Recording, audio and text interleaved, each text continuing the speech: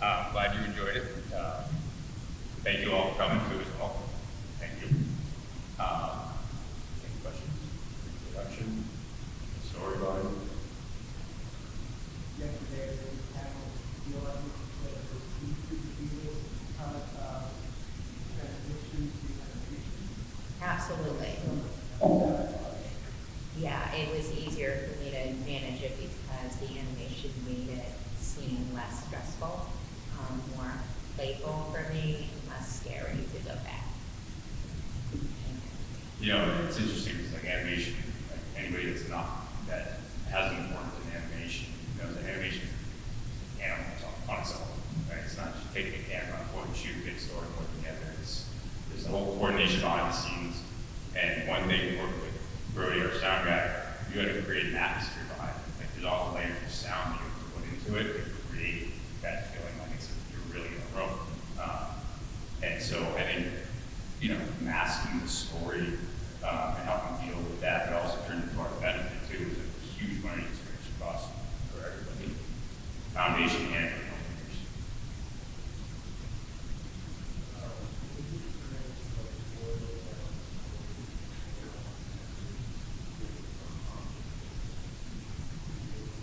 I mean, I think Jill can talk about this a little bit too. That was, to this day, still one of the hardest things, right? You're trying to take something that happened over the course of multiple years, right?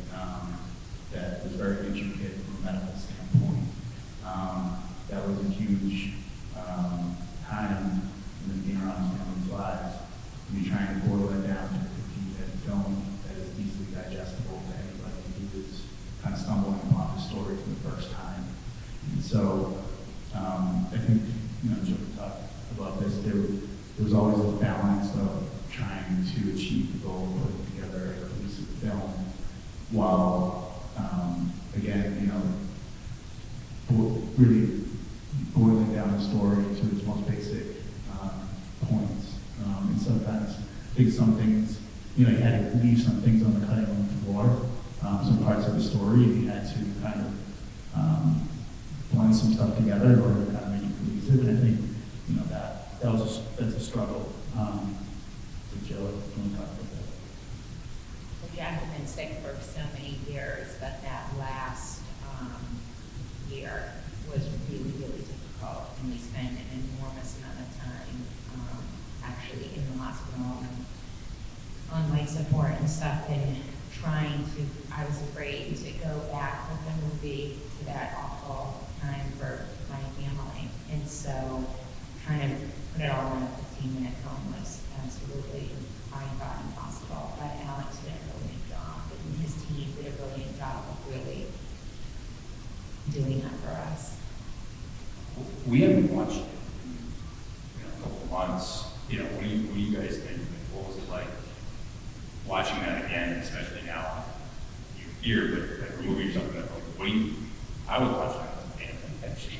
Yeah, I mean, it's you know, just again, I met Jill and her family about 8 years ago, and I've been working with her ever since on the foundation and her family, and she's become a very close friend, and her family has become very close, and so yeah, I mean, I shed a tear while watching that, and I've seen it, I don't know, 25 times now probably, but it's still, you know, because you know, it was emotional, and again, like I wasn't there for it, but I know everyone who was involved, and it still breaks my heart to go through that. But again, you know, what we talked about yesterday was highlighting the positive that came out of it, right? And that was, you know, what everything that the Fearons have done to help people in our community since then. And Jack has come out of it, and he's going to high school this year, and he's an amazing kid, and you know.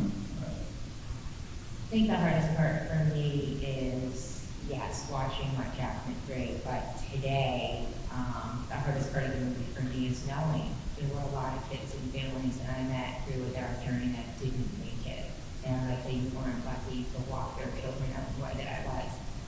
So that's hard for me, but it also reiterates like what we do as a foundation, and like to the core, that is our main mission now, is to help families navigate what I was so lucky to be able to bring him home. And so many families weren't. That's the hardest part of the movie for me, to be honest. would you guys make that movie? I mean, I think, you know, again, speaking from Foundation's perspective, I think, you know, we've told our story, you know, we've talked about, you know, there's other kids that we helped, that they have great stories too, and I think we'd love to tell those someday. Again, you know, our biggest thing is we never want to expose the kids we help, never use their stories for our own benefit.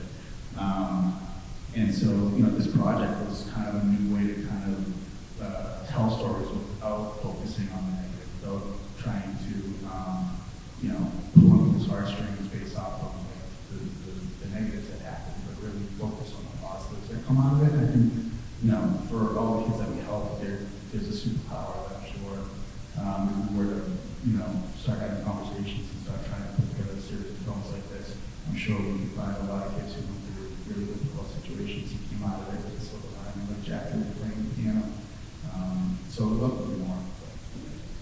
Process, isn't it? It's a process. It's also, you know, you're looking at for the Jack Foundation, you know, proper. Jill and I really too, you know, work full-time for the foundation. We have a lot of volunteers and board members who help. But, you know, this making a film is, you know, a 40-hour job almost in itself. The amount of fact that we have one with the foundation and what we do day to day. So it's a big lift.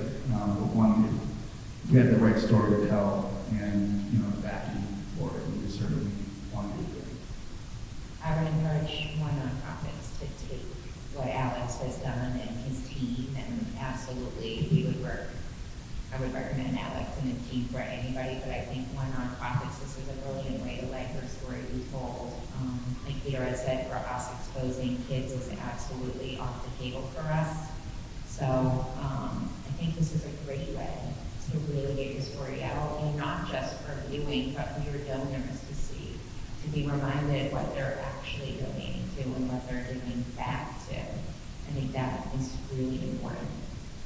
And some of the close friends mentioned this too, the added benefit of doing a narrative film versus these impact stories is that you start to separate the individual and that traumatic experience from, you know, the organization too as well, right? Like this is a fictional reimagining of your story. It's based on a true story, but it's still fiction, right? It separates the real person from the organization too as well. So, yeah, I think to Joe's point early on, the animation and the superhero animation and that stuff, obviously that's fictitious and that's not an actual superhero. But, you know, it's still I guess it depends on the definition of the superhero. Yeah.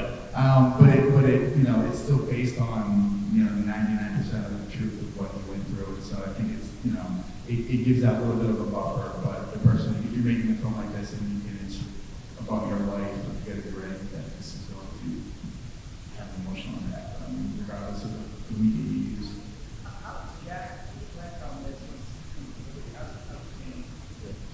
It's a balance of, to be quite honest, like, when Jack went through this, he was so young.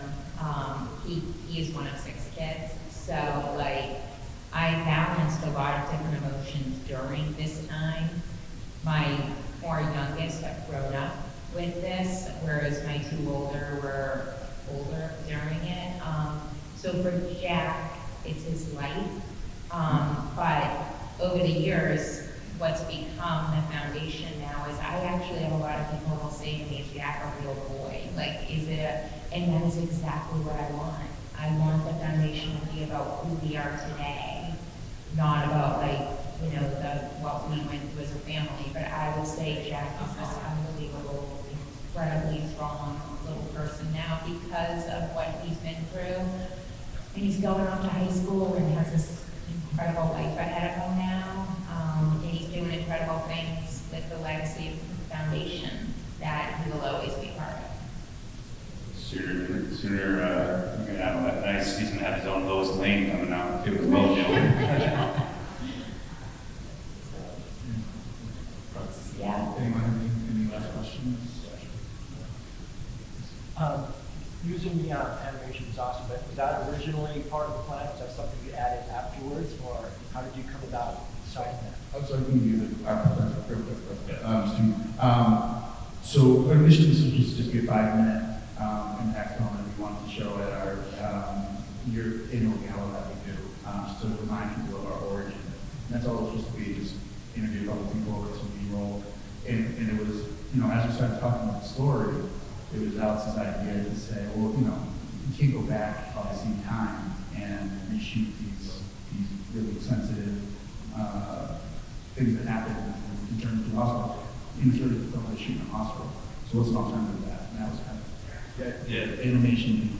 And Pete, now just touch on this real quickly. Pete brought a very good point that we wanted to kind of not overexpose the kids in these traumatic events in their life.